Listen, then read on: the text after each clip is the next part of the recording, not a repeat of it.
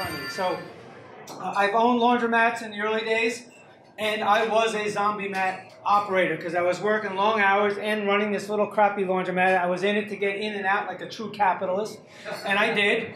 I did make money on it. I've been involved in a lot of construction aspects of the business, and for the last 21 years, financing laundromats around the country. Many of you people know us. We are national, and so that's a little bit of my background. But I do want to talk to you a little bit today about where I get all my experience from. I'm going to share a lot of things. Now, I gave everybody a zombie on the table here. The reason why I gave everyone a zombie is because I'm probably going to say things that are going to irritate you. And you're going to probably want to choke me to death. But please spare me. I'm short enough as it is, so please don't strangle me. Squeeze the zombie if you disagree with me. I'm kind of humbled today because in the audience today there's a lot of really experienced people. So when I share some things with you, I want to let you know that in my experiences traveling the country, going into laundromats time and time again, I meet a lot of successful people and a lot of not so successful people. So a lot of the presentation is the stuff that I've garnered over the years, learning from you folks. So if you don't like what I'm saying, well, I'm just getting it from some of you guys. So you guys are probably a lot smarter than me. I just put it all together in a presentation. So with that said, straight.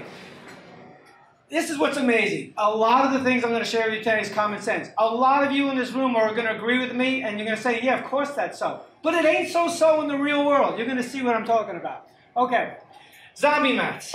So, Brian Wallace and Steve Marcinetti, you were here three years ago. We were at Teeter's show in Ohio when I started this presentation.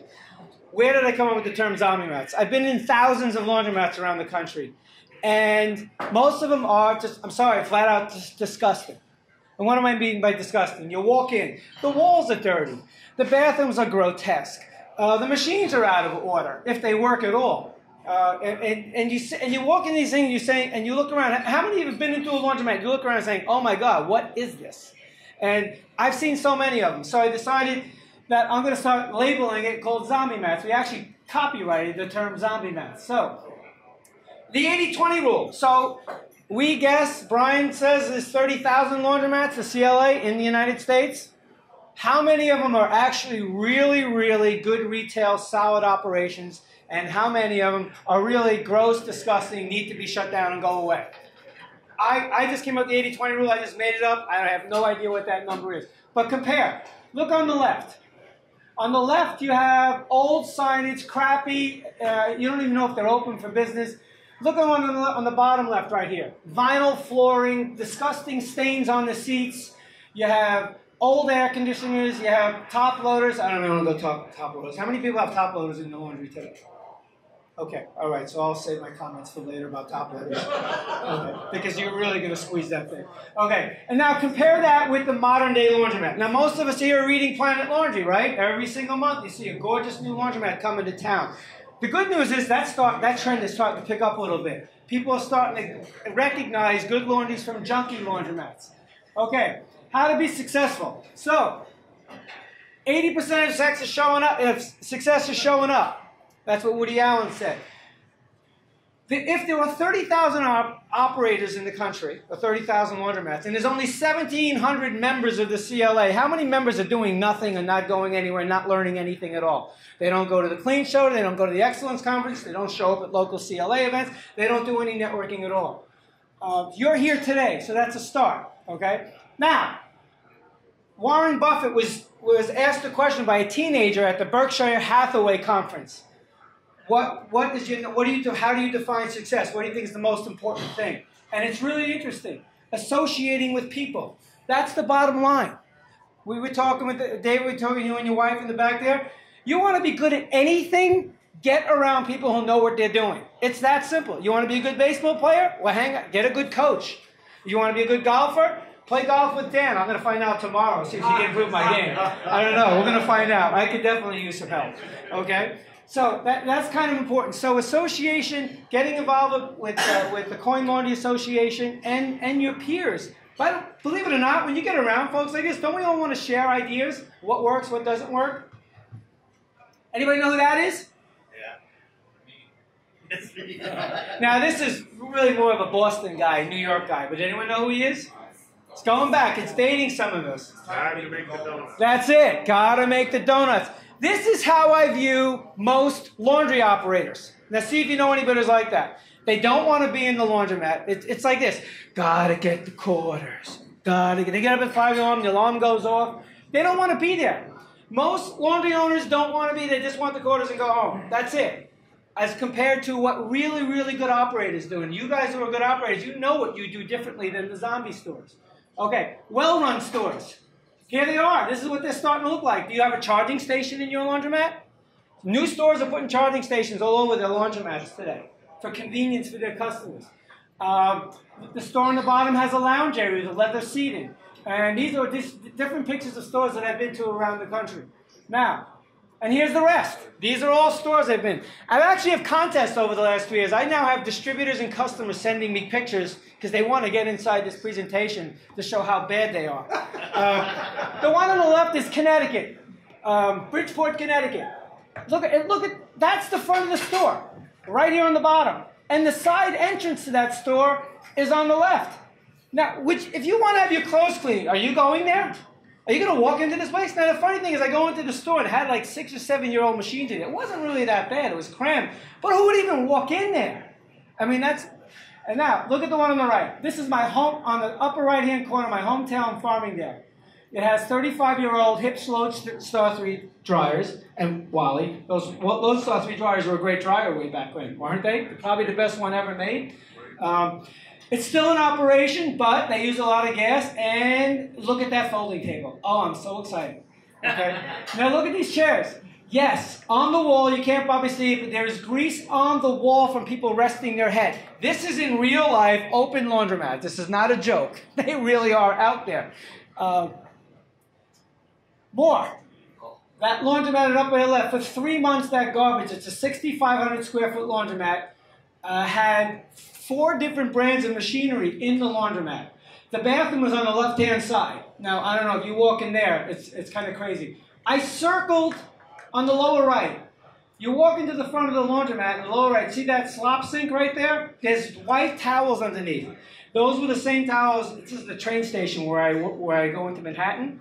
I go in there often. Those white towels weren't changed. Does anybody know where we have this big thing running around the country about the Zika virus? Does anyone know where the Zika virus started? You're not supposed to travel to certain areas. Anyone know where they say they started? Anyone want to guess? The Caribbean, South America, right here in the laundromat. That's just where this Zika virus started, right there. It's unbelievable. By the way, that store does business. I don't know how. Anyway, all right, common sense. So we're going to talk a little bit about some common sense, which we already said is not so common. Let's talk about branding. Let's be honest here. If you're at a baseball game and you're really thirsty, which one are you going to drink? Blue Moon. I'll drink the Blue Moon, absolutely. Okay, this is psychology 101, okay? Everybody knows that everybody goes for something they recognize, something they're comfortable with. So if that's the case, why do we have laundromats that say laundromat, washateria, laundry? Why? Why aren't we moving to what the better stores are now doing, like on the right-hand side, which was featured in Planet Laundry magazine, Pepper's Express Laundry? Do you see, if you have an old disgusting laundromat, I was down in Houston, Texas. Every laundromat in Houston, Texas is washateria. Washateria 1, washateria 2, 3, 4, 5, 7. They're all washaterias. Nothing differentiates themselves from one from the other. So if you have this, not only laundry business, or any business, how are you differentiating yourself from the competition down the block? So I've been doing this for years, and finally Planet Laundry came out with a whole article about how important signage is. So if you can go back to that article, read it. We all agree, is signage important? Imaging, branding? Okay. Now, since I've been doing this for 30 years and I raised 3 children, they're all older and married right now, but everywhere I went, or every vacation I went on, I took them into a laundry somewhere at some point in time. It got to the point where my wife came up with the Grell rule, which is, it's very simple. And ladies, tell me if this is true. Okay, if my wife won't pee in your bathroom, you got a problem. It's real simple. I call it the pee rule. Ladies, you know when you go to laundromats, right? Would you go into a bathroom like that or any other disgusting, dirty bathroom? Or would you just hold it in for another 3 or 4 years? I know how you are because I have 2 daughters and I have my wife. So certain places my wife will not walk into because of the bathroom. I see these. This picture was sent from Brandon Hoffman at Gold Coin, right? Sent that picture to me yesterday. That's the entrance to the bathroom door. Graffiti all over it. I don't even want to think what it says on there. I didn't read the words. But this is a public restroom for your customers? Unbelievable. Compare it to this. It's just, how much money does it cost to put a nice bathroom in your laundry? Really? How much does it really cost compared to the overall value of your laundry? Think about that for a second. All right? These are all different laundromats that I went into. All right? Now, if anybody here has been in the world's largest laundromat, right here in Chicago, well, that bathroom on the left is Tom Benson's bathroom. And he took a picture from P.F. Chang's restaurant, and that's how he designed it. He's got, I think, 3 bathrooms in that laundromat. It's a big store. Great operator, by the way, if you want to learn how to run a great business. Just so you know I'm not pulling your leg, that bathroom on the right is Eastern Fundings. We have 5 of those bathrooms in our New York City office. So it's kind of important. Now, what's important in the bathroom? Simpler things. Does anybody have paper towels in their bathroom? What do you do with paper? What do the customers do with paper towels? Throw them on the floor. Throw them on the floor, number 1. Stuff them down the toilet, number 2. Steal them, number 3. Okay? You need a hand blower. Invest $200, $300, $400 and get a Dyson or one of these things that are up there. Get something. And then mount it to the wall. I know some areas have security issues. You probably need like 5-inch deadbolts or something to nail them to the wall because they'll steal them. Let me ask you this. How many people have a laundromat and they bring their children, moms bring their little babies into the laundromat? You have a folding table? You have a baby table or a koala table? How many laundromats don't have them? Most of them. Simple. How much does it cost? Think about this. If most of your customers are moms and grandmas with children, when they go into a beautiful bathroom and they walk out, what are they going to tell other people? Wow, this is a great place. Not only do you get clean clothes here, but you also can use the bathroom. Shocking. So Stephen Bean wrote an article. Anybody who reads Planet Laundry knows that Stephen writes a lot of articles, and I actually bought his book on psychology on 100 articles that he wrote for Planet Laundry. And he talks about, wow, your customers, it does make a difference, okay? If you don't believe it, just ask them.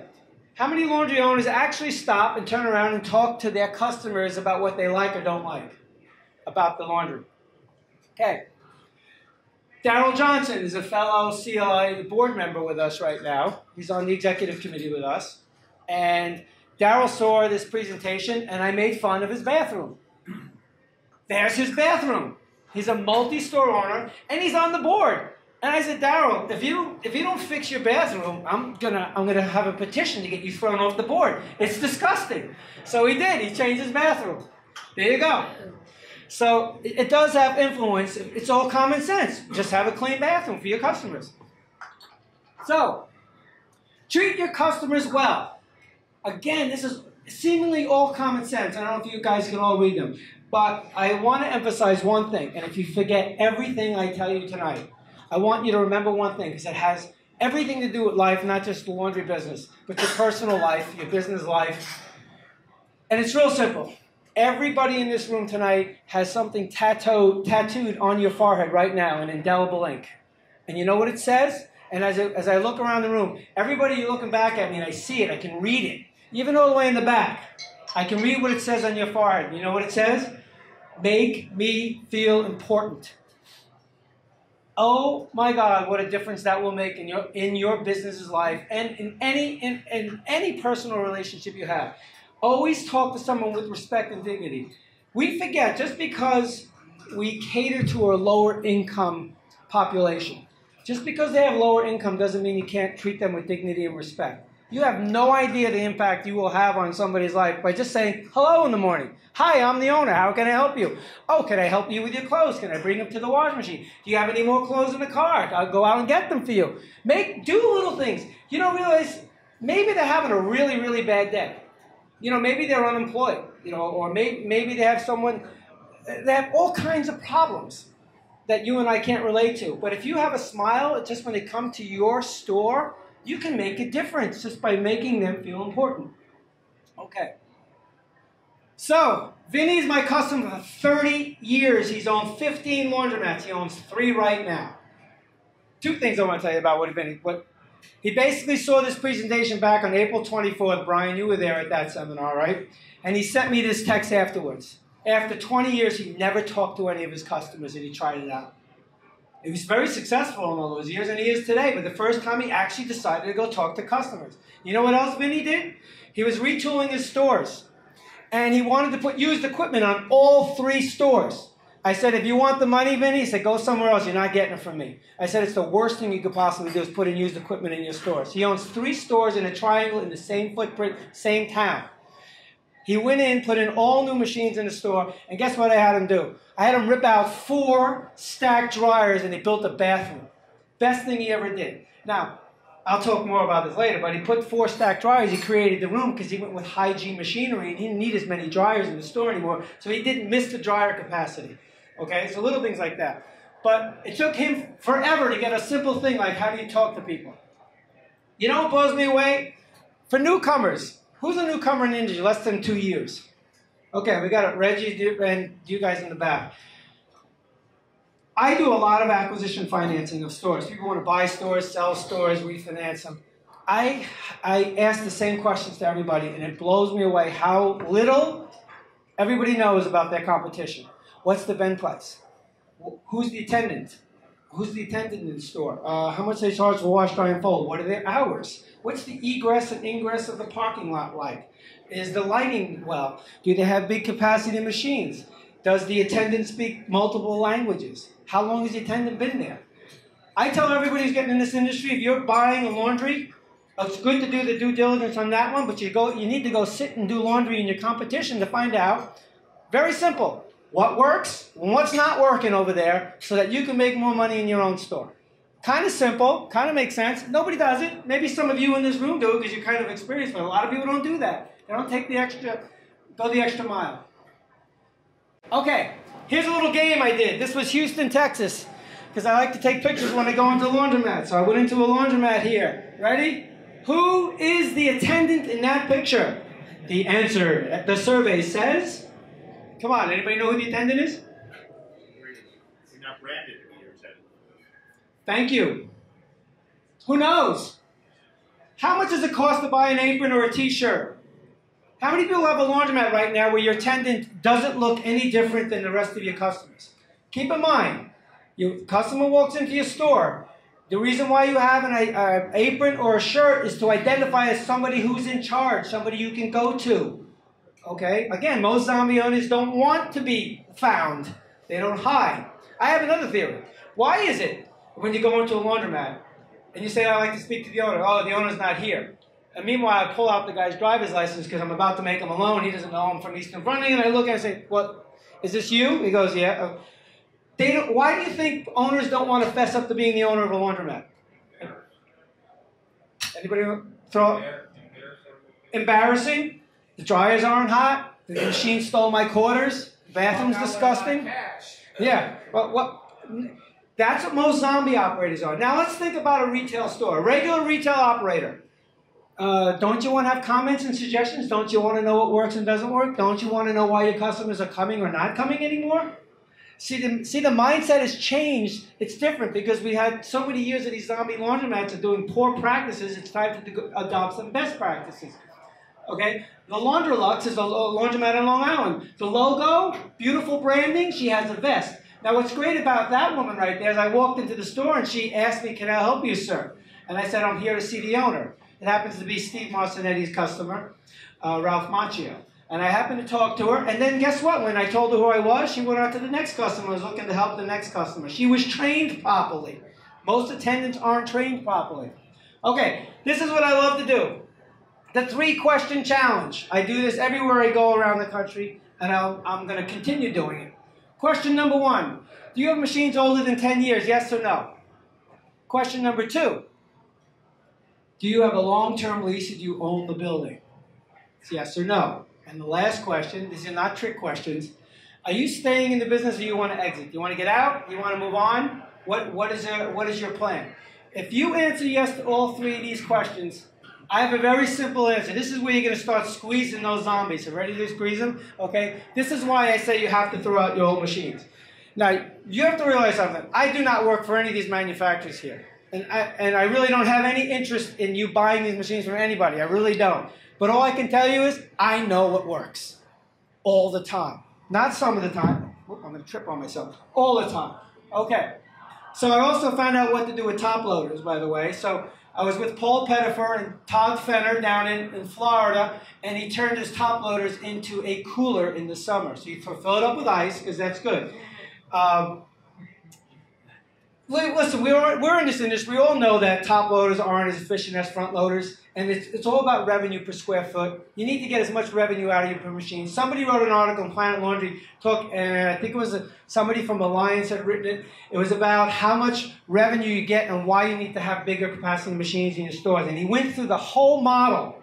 It's fantastic, and why you need to get rid of these top loaders in your stores, because they're just not as efficient as the front loader. Anyway, so since I am an accountant, I'm a numbers guy, and I love numbers. And Reggie will tell you, and other people around here, as soon as I need to see your cash flow, because I go nuts on cash flows, because I want to know the viability of retool. Let's take a typical zombie store around the country. And when I mean typical, 1,500 square feet, 10-year-old equipment, 25 washers, and let's say that store's making about 100 grand a year.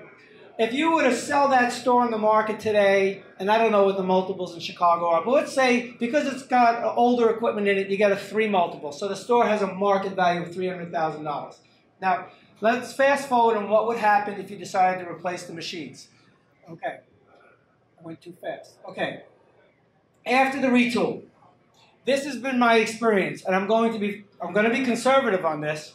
And I stand here telling you this because 3 years ago when I did this, Brian and Steve, and you guys were in that audience, 3 years ago I was going on faith. I thought it would work. I knew it would work. I wasn't really sure. Well, it's 3 years later.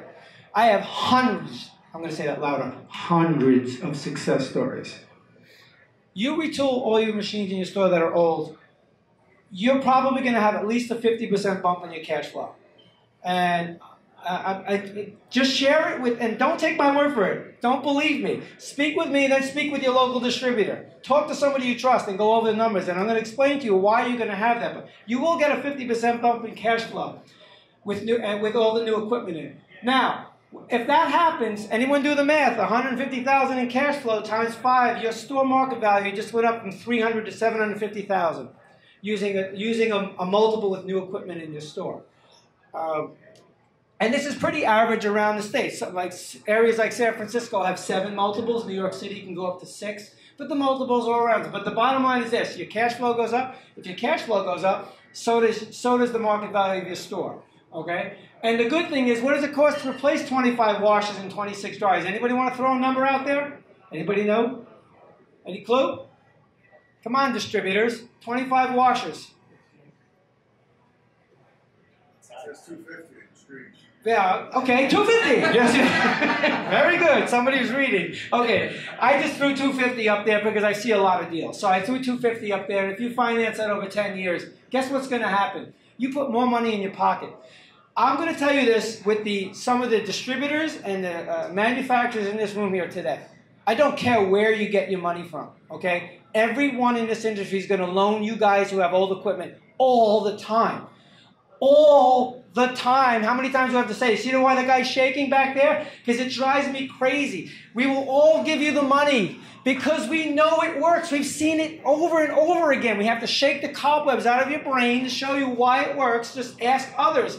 There's so many testimonials on the CLA forum right now, people who retool. It's mind-boggling now. It's not just me saying it. It's everybody saying it. So, Jim Whitmore, chairman of the board 2 years ago of the Coin Laundry Association, owns 4 or 5 stores in the Boston area. Saw my presentation at an equipment show that Brian was at. And he took the challenge. That was his laundromat. See that zombie mat I wrote up on the top there? Jim owned that dump. Okay? And he saw the presentation and he replaced it with high energy efficiency machines. Okay? And that store is not a big store, folks. And there is his new laundry. Guess what? It's well lit. It's appealing. It's got big dryers. It's got big washers. It's got high-speed washers in it. Okay. And I asked Jim if he minds sharing those numbers on the left. And that's what happened to his store. These are real numbers. And now he's looking to probably sell some of the stores, and he's asking for a 5.5 and 6 multiple on these stores. You think his retool was worth it? We gave him the money, so we know it was worth it. Okay. This is Dan Marazzo, a new board member of the CLA, by the way. 2 years ago, I was at a presentation for the local Philadelphia chapter of the CLA, and Brian Grell was the speaker. And of course, I've known Brian for years, and I have a certain capability to tell him what I think, and I did. I told him he's nuts, and because he told me I needed to retool a store that I had spent fortunes on shortly before, which was outdated. And so we argued some more. And then after listening to his presentation, I thought, well, it may be worth trying. And I did. And that was the second presentation he made in his famous zombie mat format, which now he has on all the stationery and everywhere else for that matter. So I hate to admit this. I don't mind eating crow. It's not my favorite meal, but quite frankly, I was amazed at how effective changing machinery was.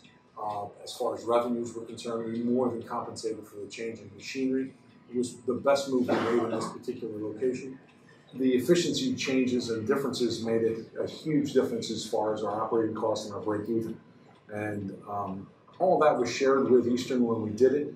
Worked out very well. Our dealer was helpful in providing the machinery because it was difficult to get on such a short notice.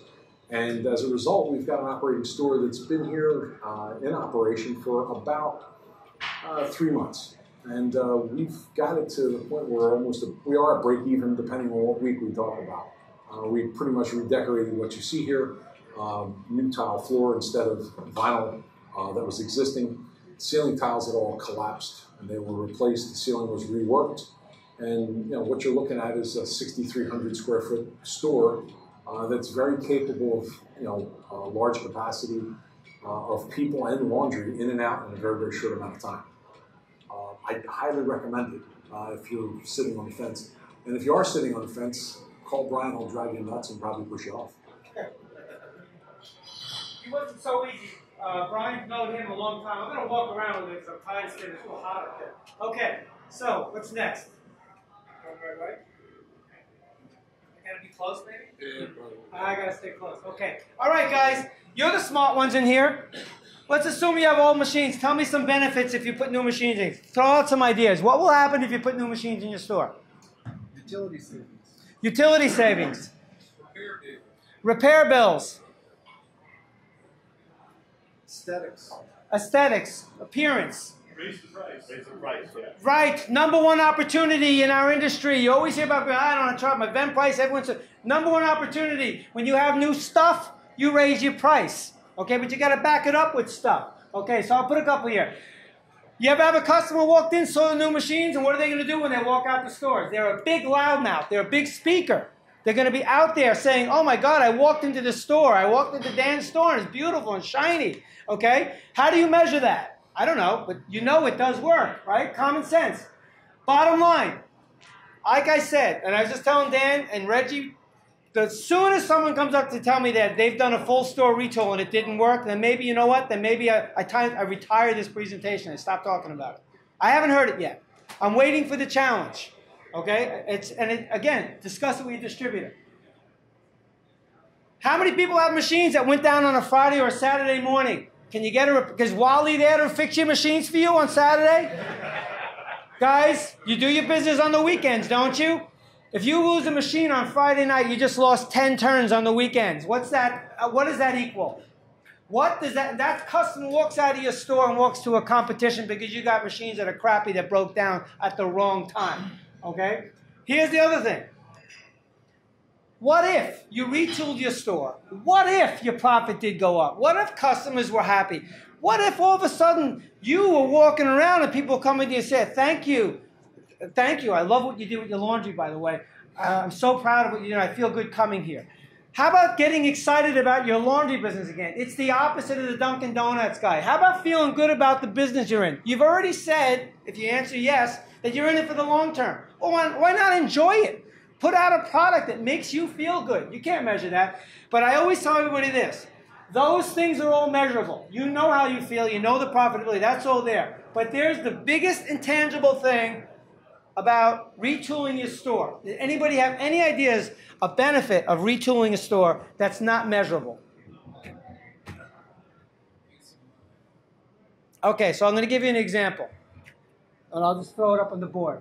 I call it the what if factor. And I call it competition. Okay, Paul, you own a bunch of laundromats, right? All right, so if you know you're going around and you see a zombie laundromat here and a zombie laundromat here and another one here, and a 5,000 square foot vacancy opens up over here, and you see that these stores are busy, you're going to say, you know what? I just may put a laundromat over here. But if you went across the street and you walked in that store and it had 200G machines and it had 80-pound washers and it had big capacity dryers and professional attendants and had Wi-Fi and had everything that's being done today, you think you can open the store over here? Okay? So the first person that does that retool in a zombie is the one that's going to win the most. The first one. How do you measure that? Okay? If you're in the business for 10 years and you got old machines, it's the Fram oil filter commercial. You can pay me now or you can pay me later. You know you're going to do it. Get it over with now and retain your customers for a longer period of time. My theory. You can think about it. Okay, now you know you need to retool. We talked about it a little bit, so I'm going to move on a little bit faster. This is real simple. Every magazine across the country, and everybody's talking about it, it's go big and it's go fast. It's really that simple. If you don't, older zombie mats went up to 55-pound machines. Is that true? Most laundromats? The new ones today, oh my God, they're going 80-pounders. Nobody's keeping them in stock anymore because you got to get them into your store somehow or another. Get those big suckers in there.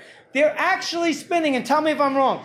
Some of these big machines are turning faster on weekends than the smaller machines. And here's a novel idea. You charge more for them per pound, not less per pound. Because your competition, if you're in zombie headquarters, they don't have the 80-pounder. So you can charge more for it. Here, any dry cleaners in the audience? Anybody have a dry cleaner or ever owned a dry cleaner? How much does it cost to dry clean a comforter? Ladies, anybody? How much does it cost to dry clean a comforter in a dry cleaner? 60? All right, I've heard anywhere from 25 to 40 bucks. Okay? How many comforters can you fit in an 80-pound washer? Why aren't you guys promoting that right now? We can get 4 queen-size comforters in an 80-pounder. Get it done for 15 bucks. Plus dry time. By the way, with high-speed machines, you're only going to be in there for 20 minutes. Okay? Why aren't you promoting that in your stores? That's the trend. Now, this is my own little analysis. Washboard, crank, high speed. Andy and I, we were talking about this before. If you're putting 100G in your stores today, you have missed the boat. Nobody. Literally, all the orders that are coming in today, coming in with high-speed machinery. Why? Anybody know why you're going with high-speed machinery? Because does anybody like doing laundry? Do your customers like doing laundry? Do you like doing laundry? Who wants to do laundry for an hour and 20 minutes when it can be done in under an hour? Every laundromat that has high speed should have a sign there, in and out in an hour. Every one in the country should have it. Because it's working. Tell me I'm wrong. Anybody with am I wrong anywhere on this? So that's why you charge more. I know. Then I hear on the forum and I read everyone nonsense. Yeah, but you're going to lose dryer revenue. So what? We know the industry's based on the washer revenue. You make money on the washers. Okay? That's where you make your money. And you want your customers out. And you're going to tell them, you got to show them. Another advantage about these new machines, by the way. How many have a laundromat right now, Reggie, in your store, where it's one price for a machine? $2, $2.50, right? All the new machines today have variable pricing on it. And what we have found with people with variable pricing around the country, and again, it's just interviewing my customers, is that up to 30% of the people, when they're at that machine, especially if they have card technology, they just press buttons away so that they'll take extra hot for another quarter and an extra rinse for another quarter. 30% of your revenue. You just increased your revenues at a store that you didn't have that capability before. Another reason why you got to get rid of the old machines. again, the old machines, by the way, will last 30 years. They're designed to last, Wally. Well, these old machines will last 30 and 40 machines. But this is what I call old machines. Lipstick on a pig. Because they're not as energy efficient and don't have the variable pricing advantages that the new machinery has. The manufacturers, all of them, have done a phenomenal job in research and technology. And they've really addressed the needs to increase revenue. So, now, let's talk about social media. How many people at Laundromats here have a web page using social media marketing? Okay? How many zombie mat operators have web pages? They don't. You got to get ahead. Now, there's a picture here of Rob Mays in Houston, Texas. Rob's a CLA board member. Now, Rob uses Google Analytics. Anybody use Google Analytics? Okay? It's the greatest thing. I mean, the first month, a month later, 25,000 people found him on Google, 877 asked for directions, and 98 people went to the website, 79 people called the store. If you're not using Google, I mean, you got to have your head examined today. So your competition will be at some point in time, because we're becoming better operators. Okay. Anybody know the 3 R's of education? Any teachers in the room? Okay, you said it. Go ahead. Reading, writing, literature. Very, very simple. Okay. Anybody ever get an email from me? Because on the bottom of my email, I have the 3 R's of laundry. And it's right here. It's retool, it's rehab, and it's get reinvigorated. Okay? I have it there for a reason, because I've seen so many people who've took the challenge and are getting excited. And there's nothing better than that. There's watching someone else. You know, the best compliment you ever get is someone calls you up and, eat, like Dan Morata said, that he had to eat crow to admit that it worked. It does work. Okay. Here's a couple of testimonials. The largest retool ever done in the U.S. Hi, I'm Tommy, and I've been a Eastern Funding customer from the very beginning. And this store was renovated in 2012 and finished in 2013. It was the largest renovation that we've ever done, and very, very successful. The decision was a very big decision. We were influenced by Brian's persistence and his experience, saying how new technology, new equipment is absolutely what's going to be the most important thing to stay competitive. So the way I see it, Eastern Funding was always not just a lender, it's more a partner. They gave us direction, they gave us the opportunity to do whatever it is that we need to stay competitive, ahead of all the competition. So, he did this retool before I knew they worked. This was 2013. Okay? He was one of the inspirations for me putting this thing together. Because I've known his family for 30 years. I knew him when he was 10. Okay? How do I know the retools work? Because he's done 5 more stores. The smallest store is 9,000 square feet. He's now embarking on a 13,000 square foot retool with 135 washers in it, all front loaders, and 90 stack dryers. He's on that mission right now this summer. How do I know it works? I just asked Tommy. This is another retool, a smaller store. My name is Ralph Macchio. The store is located in Deer Park, Long Island. I started the business, the first laundromat was purchased in 1963.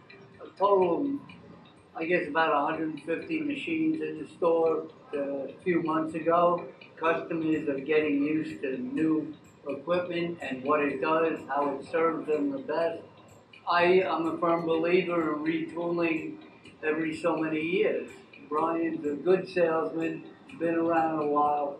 He's one of the New York City, Brooklyn guys, so he's cool. I have to agree that since these machines have been installed, utility costs are down substantially. Some of them as much as 30%. So the utilities have been down. The 200 G-force in the machine has been exceptionally pleasing to the customer in terms of their rapid laundry time, which has been increased because now the drying does not take so long. By the way, that is the Karate Kid's father. and he has been in the laundry business for 53 years. Steve knows him pretty well because Steve put his cart system into that retool in that particular store. One more. This is coming. Elizabeth, New Jersey. Stay tuned, Laundry Cares. We're coming to this laundromat. This is a brand new laundry. Hello, everyone. Welcome to our newest laundromat. My name is ILCLA. I am the owner and partner in the Bubbles R Us Laundromats franchise. This is, I would say, one of our flagship locations for many reasons. Some of the fundamental things that we kept is trying to make it as spacious as possible, trying to add a lot of comfort areas for the customers, clean bathrooms with many facilities. We try to be environmentally friendly as well, so instead of the paper towels, we have the hand dryers, we have the changing tables. As you can imagine, a lot of people are here with infants and it's a little troublesome to change them. Cleanliness is extremely important for us, whether it's in the bathrooms or it's outside the bathrooms, throughout the entire laundromat. If a customer walks in and the laundromat is dirty, they can't expect to get their clothes clean here, right? That's just a perception that people are going to have, so we always want to make sure the laundromats are clean. We try to think outside of the box a little bit, specifically with the design, and what we wanted to do here is incorporate a lot of natural lighting. So in the front, instead of just regular storefront half glass type structure, we actually put in rolling garage doors. We actually have an opportunity to roll them up and let that nice fresh air come in and let the customers really feel that openness and not feel suffocated in a small, tiny laundromat that they're probably used to going to. We have about 80 washers in total, and there's a combination of 20-pound, 40-pound, 60-pound, and some 80-pound machines. And we have about 42 stack dryers for a total of about 84 single dryers. We take credit card for the wash and fold, so we do have wash and fold service here, similar to all of our other locations, where customers can simply leave the clothes, we wash it, we fold it, and they come pick it up. We're now working on some programs for a reading program where we can incorporate some books in all of our laundromats, so kids who don't have access to these books can actually come here and get these books for free and read them while they're here. We also want to incorporate homework sections in all of our laundromats, so kids who don't necessarily have internet access at home can come here and finalize or complete some of their school projects that may require online research.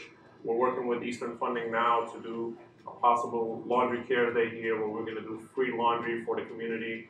Again, just a lot of programs that we want to get involved in to just give back to the community, give back to our customers, because again, we're not just here for the sole purpose of laundromat, but we want to make an impact on the community. We want to make sure that the customers here feel that they have a home here. Notice, Andy and I, we talked about this before, notice that the stores today that are being built are not crammed with a ton of machines where there's no room. It is about space, it is about comfort. So we're moving in that direction. So, if you are paying attention and reading, you know the industry is catching on. You know that everybody's retooling. These are 3 different articles. One's the West Coast, the Planet Laundry, and then American Cleanup. It's all happening. It's all talking about how to do it. And it's really basically getting involved with your local distributor and your manufacturer, saying, what do I need to do to make more money in my store? What are my viable options? Okay? So you got 3 choices now. Number 1, you can retool. Number 2, you can sell or close the store. And by the way, a really, really good distributor, and me personally, if we're looking at your numbers and it doesn't make sense, the answer may be no. No retool for you. Come back in 2 years or something like that. It's maybe the truth. You know, if your rent is $12,000 and you're doing $3,000 a week, the answer is no. It's not viable. But someone's got to be honest with you. So that's why I always, before you just jump into a retool, send the numbers in. Send them to your distributor. Go over with it. By the way, the distributors, I know they're selling you equipment, but they're on your side. They really want you to make money, because if you make money, you're going to do another store and a third store. So they really are going to be there to help you. Now, last thing. You can absolutely do nothing. Now, Reggie saw this presentation when we were at Jim's open house in April, and I'm not going to let Reggie do nothing. He's doing something, right, Reggie? We're going to do something, Reggie? You're not doing nothing, Reggie, okay? All right. You can do nothing, but if you do nothing, very important. All I want you to do is stop being that zombie complainer. I have been around people, the industry stinks, it's getting too competitive. In Chicago, you got tax issues, you got water rate increases, we have all the reasons why it doesn't work, okay? But there are so many ways to combat these issues today to become more successful. Number one is just be a better operator. Real simple. And watch what will happen to your business. Right? So, facts since the Clean Show over a year ago. We are making a difference. How do I know? I mean, I just look at all the manufacturers. I don't see anybody closing plants. I don't see anybody laying people off. In fact, a couple of the manufacturers are expanding their operations. These are all good signs. And again, the R&D keeps coming out. And I see orders from vendors around the country. Okay, so the orders are coming in. So I know the industry's kind of be healthy. Okay, and now we're really starting to see stores, new stores that are coming in. They don't say laundromat anymore. They really don't. They're all branded. They're catching on to new technologies. Okay, I go too fast? Okay. All right, so you can do something. Now, what are you doing in your laundry to wow your customers? So I'm going to end with a video that's brand new. I just put this up. We just got it out. It's, I do want to apologize because I didn't have time to edit it. So there's a little bit of Eastern funding nonsense on there. So block out the Eastern funding. But just look at the store operator and look at this store. Because this guy gets it, and I would say he's probably the best operator in the country right now. And what I learned from Mr. Pinnock was about, you're going to see on the board here, and now since I've seen him in operation, and I ask everyone else this, do you know what the best operators in the country have in common? Anyone want to guess what the number one thing that they have in common, the best operators? They charge the most, but they back it up with really good quality service. Never apologize for really good service, okay? If you're charging below prices, well then, of course the floors are going to be dirty and the attendant's going to be nasty and the bathrooms are going to be gross. But that's the one thing I found. Now you can ask yourself and survey other people. But so here is John Pinnock's Baltimore, Maryland second store. Hello, my name is John Pinnock. I'm the owner of Laundry City in Baltimore, Maryland. Today I'm at our second location at 3421 Frederick Avenue, which just got opened in May of 2017. We wanted to make an immediate impact in the market, and we felt that in order to make a difference, we had to do two things.